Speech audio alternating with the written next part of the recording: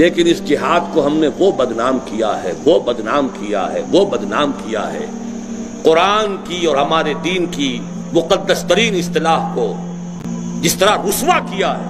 اور اس میں صرف دشمنوں ہی کی کارگزاری نہیں ہے، ہماری اپنی غلطیوں کو دخل ہے۔ 3 غلطیاں نوٹ کر لیجئے جہاد کے بعد۔ جہاد کے معنی جنگ، حالانکہ اسی قرآن میں قتال کی اصطلاح بھی موجود، اسی سورہ صف میں موجود ہے، ان اللہ یحب الذین یقاتلون فی سبیلہ صفا کانہم بنیان مرصوص۔ ایک ہی کتاب کی 2 بنیادی اصطلاحات کیا بالکل مترادف ہے؟ نمبر 2، جنگ تو ہر وقت ہوتی نہیں اور ہر شخص پر فرض ہوتی نہیں، لہذا جہاد ویسے ہی کھڈے لائن لگ گیا، مسلمان کی زندگی سے اس کا کوئی تعلق ہی نہیں رہا۔ نماز فرض ہے، روزہ فرض ہے، پڑھ رہے ہیں، رکھ رہے ہیں، جہاد تو فرض کفایہ ہے بھائی۔ عین خلافت راشدہ میں بھی اگر کسی محاذ سے 10,000 کا تقاضا آ گیا، 10,000 آدمی اور بھیجیے، اور حضرت عمر نے 10,000 آدمی بھیج دیے، تو بقیہ جو لوگ ہیں ان کی طرف سے کفایہ ہے، ادا ہو گیا، بس ہر ایک کے لیے جانا لازم نہیں ہے۔ وہ فرض عین کی فہرست سے خارج، ہمارے فقہی تصور فرائض سے معدوم۔ نمبر 3 سب سے زیادہ، last but not the least, مسلمان جب جنگ کرے جہاد فی سبیل اللہ ہے، چاہے بدماش ہو، فاسق ہو، فاجر ہو، اللہ کا باغی ہو، صرف زیادہ بڑے محل بنانے کے لیے وہ جنگ کر رہا ہو، اپنی حکومت کو غصہ دینے کے لیے جنگ کر رہا ہو، وہ جہاد فی سبیل اللہ ہو رہا ہے، اپنی بیویوں کے لیے تاج محل بنانے کے لیے جنگ کر رہا ہو، وہ جہاد فی سبیل اللہ ہو رہا ہے۔ بیڑا غرق کر دیا جہاد کا اس تصور۔ اپنی حکومتوں کی توسیع کرو، اپنی رعیت جو ہے زیادہ ہو، زیادہ لگان آئے، زیادہ جو ہے وہ آپ کے لیے ریونیوز ہو، زیادہ بڑے محل بنے، زیادہ بڑے ٹھاٹ باٹ جمے، اور چونکہ آپ مسلمان ہیں لہذا یہ جہاد فی سبیل اللہ ہے۔ کس نے یہ ظلم کیا ہے؟ دوسروں کو کیا دوست دے رہے ہیں؟ کسی اور سے کیا شکوا؟ باما ہر چے کرد آشنا کرد۔ اب آئیے اصل میں سمجھیے، جہاد ایک ہے لفظ جہاد مطلقاً، جہد سے جہاد یا مجاہدہ باب مفاعلہ۔ جہد کے معنی کوشش، اور مجاہدہ اور جہاد کے معنی کسی مخالفت کے علی الرغم کوشش۔ قتل سے مقاتلہ یا قتال، جہد سے مجاہدہ یا جہاد۔ اب نوٹ کرتے جائیے، سب سے پہلا جہاد وہ ہے جو ہر لیونگ آرگنزم جس میں بھی کوئی رتی بھر بھی زندگی ہے وہ جہاد کر رہا ہے، جس کا نام ہے اسٹرگل فار ایگزسٹنس۔ زندہ رہنا کوئی آسان کام ہے؟ کمپٹیشن ہے کہ نہیں؟ اقبال نے یہ لفظ استعمال کیا ہے، جہاد زندگانی، یقین محکم عمل پہ ہم محبت فاتح عالم، جہاد زندگانی میں ہے یہ مردوں کی شمشیر۔ یہ تو کافر بھی کر رہا ہے، مسلمان بھی کر رہا ہے، چیوٹی بھی کر رہی ہے، مکھی بھی کر رہی ہے، ہر شے جہاد میں ہے۔ پھر ایک جہاد ہے دفاع کا جہاد، اپنی جان مال عزت آبرو کی حفاظت کے لیے جہاد۔ ایک جہاد ہے اپنے حقوق کے حصول کے لیے جہاد، جن میں سب سے بڑا حق حریت۔ یہ جہاد سب کرتے ہیں کہ نہیں کرتے؟ ہندوؤں نے جہاد نہیں کیا تھا؟ انگریزوں کے خلاف پہلا جہاد تو بنگال کے ہندو انقلابیوں نے شروع کیا تھا، اگرچہ اس سے پہلے بہت پہلے فرائضی تحریک شروع کر چکی تھی، لیکن جو ہسٹری ہمیں اس صدی کی معلوم ہے اس میں سب سے پہلے تو ہندو انقلابی تھے، ریڈیکلز۔ اب یہ سمجھ لیجئے، یہ جہاد جب مسلمان کرے گا اور کتاب و سنت کی تعلیمات کے مطابق کرے گا، یہ اجر و ثواب کا موجب ہوگا، اپنے اور اپنے بال بچوں کا پیٹ پالنے کے لیے، جہاد زندگانی کے لیے کسب حلال کرے گا، حبیب اللہ قرار پائے گا، اس کی زندگی عبادت قرار پائے گی۔ جہاد حریت مسلمان کرتا ہے، اس میں جان دیتا ہے، شہید ہے، کوئی شک نہیں، لیکن اسے جہاد فی سبیل اللہ سے کنفیوز نہ کیجیے، ہر چیز کو اپنی جگہ پر رکھیے۔ وَضْعُ الشَّيْءِ فِي غَيْرِ مَحَلِّهِ، یہ سب سے بڑا ظلم ہے۔ حضور نے فرمایا من قتل دون مالہ فہو شہید، جو مسلمان اپنے مال کی حفاظت کرتے ہوئے مارا گیا وہ بھی شہید ہے۔ ٹھیک ہے، شہید ہے، لیکن یہ جہاد فی سبیل اللہ والی بات نہیں ہے، دفاع ہے اپنے مال کا، اپنی جان کا، اپنی حریت کا، اپنی آزادی کا، اپنے حقوق کا، جائز جنگ ہے، کرو۔ یہ تو ہوا مطلقاً جہاد۔ اب ایک لفظ آتا ہے جہاد فی سبیل، یہ ہے نظریاتی جہاد۔ آپ کا ایک نظریہ ہے، آپ اسے حق سمجھتے ہیں، اسے پھیلانا چاہتے ہیں، جان و مال کھپائیں گے اس میں، یہ جہاد ہو رہا ہے اس نظریے کے لیے۔ آپ ایک نظام کو حق سمجھتے ہیں، اس کو قائم کرنے کی جد و جہد میں جانیں دے رہے ہیں، مال خرچ کر رہے ہیں، محنت کر رہے ہیں، راتوں کو جاگ رہے ہیں، دن میں مشقت کر رہے ہیں، جہاد ہے۔ لیکن اب اس میں نظریے اور نظام کا فرق ہو جائے گا۔ ابو جہل بھی مجاہد تھا کہ نہیں؟ مجاہد بھی تھا، مقاتل بھی تھا، لیکن فی سبیل الشرک، فی سبیل الطاغوت۔ مسلمان نوجوانوں کے والدین بھی جہاد کر رہے تھے، مشرک والدین جب اپنی اولاد کو فورس کر رہے تھے کہ نہیں شرک میں واپس آؤ۔ قرآن نے وہی لفظ استعمال کیا، وَإِن جَاهَدَاكَ عَلَىٰ أَن تُشْرِكَ بِي مَا لَيْسَ لَكَ بِهِ عِلْمٌ فَلَا تُطِعْهُمَا، اور دوسری جگہ وَإِن جَاهَدَاكَ لِتُشْرِكَ بِي مَا لَيْسَ لَكَ بِهِ عِلْمٌ فَلَا تُطِعْهُمَا۔ وہ بھی سب مجاہد تھے فی سبیل الشرک، مجاہد فی سبیل شیطان، مجاہد فی سبیل الکفر، مجاہد فی سبیل الاشتراکیہ، مجاہد فی سبیل الڈیموکراطیہ، ڈیموکریسی کے لیے جہاد کیا جانے دی لوگوں نے، مجاہد تھے لیکن فی سبیل الڈیموکراطیہ۔ یہاں آپ ایڈ کیجئے جہاد فی سبیل اللہ۔ یہ تیسری منزل پر میں نے آپ کو پہنچایا ہے، جب تک اس کا تعین نہیں ہوگا بات واضح نہیں ہوگی۔ اور یہی میں واضح کرتا چلوں، چاہے وہ افغانستان کا جہاد تھا اور چاہے وہ کشمیر کا جہاد ہے، اور چاہے وہ 50 برس قبل کا جہاد الجزائر تھا، بنیادی طور پر یہ جہاد حریت۔ مجھے آج تک یاد ہے الجزائر میں جہاد ہو رہا تھا 50s میں، علامہ بشیر الابراہیمی بہت بڑے عالم دین الجزائر کے آئے تھے، میں جماعت اسلامی کا منٹگمری جو اب ساہی وال کہلاتا اس کا امیر تھا، ہم نے کمیٹی بنائی تھی، انہوں نے تقریریں کی، ہم نے پیسے جمع کیے، جہاد فی سبیل اللہ۔ اگرچہ ان کے ساتھ ایک کرنل صاحب بھی تھے، وہ داڑھی واگری کے سے بالکل پاک اور مبرہ تھے، ہم نے ان سے صرف نظر کیا، غض بصر کیا، ہم نے تو علامہ بشیر ابراہیمی کو دیکھا، لیکن اس جہاد فی سبیل اللہ کا نتیجہ کیا نکلا؟ ایک سوشلسٹ ریاست وجود میں آ گئی اور شمالی افریقہ میں شراب کا سب سے بڑا ایکسپورٹر ملک بن گیا الجزائر۔ یہ کیسے ہو گیا؟ کیوں ہو گیا؟ گندم از گندم پہ روئے جو سے جو۔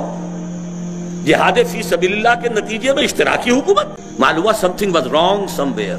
آپ نے لیبل غلط کر دیا تھا، جہاد حریت تھا، ٹھیک ہے، جائز تھا جانے دینا، جنگ کرنا، اپنی آزادی حاصل کرنا، لیکن محض جائز ہونا اور ہے اور اس کو جہاد فی سبیل اللہ کہہ دینا، یہ زمین و آسمان کا فرق ہے، کنٹراڈکشن ان ٹرم۔ افغانستان میں کیا ہوا؟ یہ جہاد حریت تھا بنیاد، ٹھیک ہے، جن لوگوں کی نیتیں یہ تھیں کہ وہ اللہ کے دین کا غلبہ چاہتے ہیں، وہ ٹھیک ہے، وہ اپنی نیت سے اجر و ثواب پائیں گے، لیکن جہاد فی سبیل اللہ کی شرائط ہرگز پوری نہیں تھی وہاں پر، ورنہ وہ جہاد فی سبیل اللہ فساد فی سبیل اللہ نہ بنتا، جو تاحال تو بنا ہوا ہے، لیکن خیر کی توقع ہے، ہمیشہ میں نے کہا ہے، جو کہ بہت سے لوگوں نے بڑے خلوص کے ساتھ جانے دی ہیں، رنگ لائے گی ہنا پتھر پہ کس جانے کے بعد وہ نتیجہ نکلے گا، لیکن اگر وہ جہاد فی سبیل اللہ ہوتا تو کبھی کے نتیجے نکل چکے۔ یہی معاملہ کشمیر کا جہاد حریت ہے، جو مسلمان یہاں سے جا کے مدد کرتا ہے اس کے لیے اپنی نیت سے اجر و ثواب پائے گا، لیکن جہاد فی سبیل اللہ کا میرے اور آپ کے لیے اولین میدان یہ ارض پاکستان ہے، یہاں اللہ کا دین قائم کرنے کے لیے جد و جہد۔ اپنے گھر کو چھوڑ کر اپنے گھر میں دین نہیں، باہر چلے ہیں دین قائم کرنے۔ یہاں جو کچھ ٹیلی ویژن پر ہو رہا ہے، ابتدا میں کشمیری مجاہدین جب آئے ہیں یہاں پاکستان اور جس درجے بد دل ہو کر گئے ہیں، ہم نے تو نہ معلوم کیا سمجھا تھا کہ پاکستان کیا ہوگا، یہاں ہے۔ بہرحال ایک بات جان لی، جہاد مطلقاً وہ اور شے ہے، جہاد فی سبیل اللہ اور شے۔ اس جہاد فی سبیل اللہ کی شرط واحد، شرط لازم یہ ہے کہ اس میں سوائے اس مقصد کے کوئی مقصد شامل نہ ہو، لِتَكُونَ كَلِمَةُ اللَّهِ هِيَ الْعُلْيَا۔ حدیث نبوی ہے کہ حضور سے پوچھا گیا، حضور کوئی شخص جنگ میں جا رہا ہے مال غنیمت کی طلب میں، کوئی جاتا ہے حمیت کی وجہ سے کہ حضور نے کوئی مہم بھیجی ہے کسی ایسے قبیلے کے خلاف جس سے اس کی پرانی خاندانی کوئی رقابت یا رنجش چلی آ رہی ہے، تو اب بڑے شوق سے جا رہے ہیں، اب ملے گا، آج موقع ملے گا۔ کوئی اپنی شجاعت کے اظہار کے لیے جنگ کرتا ہے، کون ہے فی سبیل اللہ؟ آپ نے فرمایا کوئی نہیں، صرف وہ شخص جو اس لیے جنگ کرے لِتَكُونَ كَلِمَةُ اللَّهِ هِيَ الْعُلْيَا، اللہ کی بات سب سے اونچی ہو جائے، خلافت کا نظام قائم ہو جائے، اللہ کی حکومت قائم ہو جائے۔ اس کے سوا کوئی شے نیت میں آ گئی، اخلاص نیت کو زیرو سے ضرب دے کر زیرو کر دے۔ اب اس جہاد فی سبیل اللہ کے لیے میں نے ایک حدیث پر قیاس کرتے ہوئے چند الفاظ وضع کیے ہیں، وہ نوٹ کر لیجئے۔ نماز فرض عین ہے نا، اپنی مرضی سے پڑھیں، بغیر وضو پڑھیں، کیا نماز ہو جائے گی؟ اس کی کچھ شرائط ہیں، اس کے کوئی لوازم ہیں، اس کے لیے طہارت ہے، وضو نہیں ہے تو تیمم ہے، اس کے اوقات ہیں، اس کا ایک نظام ہے۔ صلو کما رأیتمونی اصلی، پڑھو نماز جیسے مجھے دیکھتے ہو میں پڑھتا ہوں۔ اسی پر قیاس کر لیجئے، جاہدوا فی سبیل اللہ کما رأیتمونی اجاہد، مسلمانوں اللہ کی راہ میں جہاد کرو جیسے کہ مجھے دیکھتے ہو کہ میں نے جہاد کیا۔ اپنے من گھڑت انداز سے جہاد شروع کر دیے، اس کے شرائط اور لوازم کو ملحوظ ہی نہ رکھا، منمانی کر رہے ہیں، وہ جہاد فی سبیل اللہ نہیں۔ دی گریٹ خراسان، اگر آپ کی کوئی پیش رفت ہو گئی تو آپ کے اوپر زبردست حملہ جو ہے بھارت کا اور افغانستان کی دونوں طرف سے، اب آپ شکنجے میں ہیں۔ وہ افغانستان جو ہمارا دوست تھا اور ہم اس کے دوست تھے اور امدادی تھے، الٹی گنتی شروع ہو چکی ہے، لیکن اس سب کے باوجود ابھی امید کا چراغ میرا گل نہیں ہوا، مدھم پڑ گیا ہے، ٹمٹما رہا ہے، لیکن میرا ایک جو امید کا سہارا ہے وہ 400 برس کی تاریخ ہے بھارت کی، اسی خطے سے اسلام کا احیاء ہوگا، چاہے ہمارے کروڑوں مر جائیں اور اس کے بعد ہندو مسلمان ہو۔ اور یہ پیشین گوئی شاہ ولی اللہ دہلوی کی ہے کہ ایک وقت آئے گا کہ ہندوستان کی اونچی ذات کے لوگوں کی اکثریت اسلام قبول کر لے۔ دیکھیے ہمارے ذہن میں خیال بھی آتا ہے تو نچلی ذات کا، شیڈولڈ کاسٹ کا، شودروں کا نہیں، اونچی ذات کے ہندوؤں کی اکثریت جو ہے اسلام قبول کر لے۔ تو یا ماضی میں روشنی نظر آتی ہے یا حال میں نہیں، کچھ ہماری جو بھی غلطیاں ہیں، کوتاہیاں ہیں، وعدہ خلافیاں ہیں، ان کی کیا سزا ہمیں ملتی ہے، ہم اس کے مستحق ہیں۔ میرا گمان ہے واللہ عالم، میں نے کہا تھا ان باتوں میں اختلاف کی گنجائش ہے، یہ کوئی میں قرآن و حدیث کی روح سے نہیں کہہ رہا ہوں، لیکن جو میرا مشاہدہ ہے افغانستان کی تقسیم ہو جائے گی، پختون حصہ جو ہے پاکستان کے ساتھ ملے گا، اور یہ یہاں پر وادی سندھ جس کو اقبال نے کہا ہے کارواں زی وادی دور و دراز آیت برو، اس یہاں پر خلافت علی منہاج النبوہ کا نظام قائم ہوگا اور یہاں سے فوجیں چلیں گی، نمبر ایک۔ نمبر دو، عرب کے ریگزار میں 15ویں صدی کے مجدد کا ظہور ہو جائے گا۔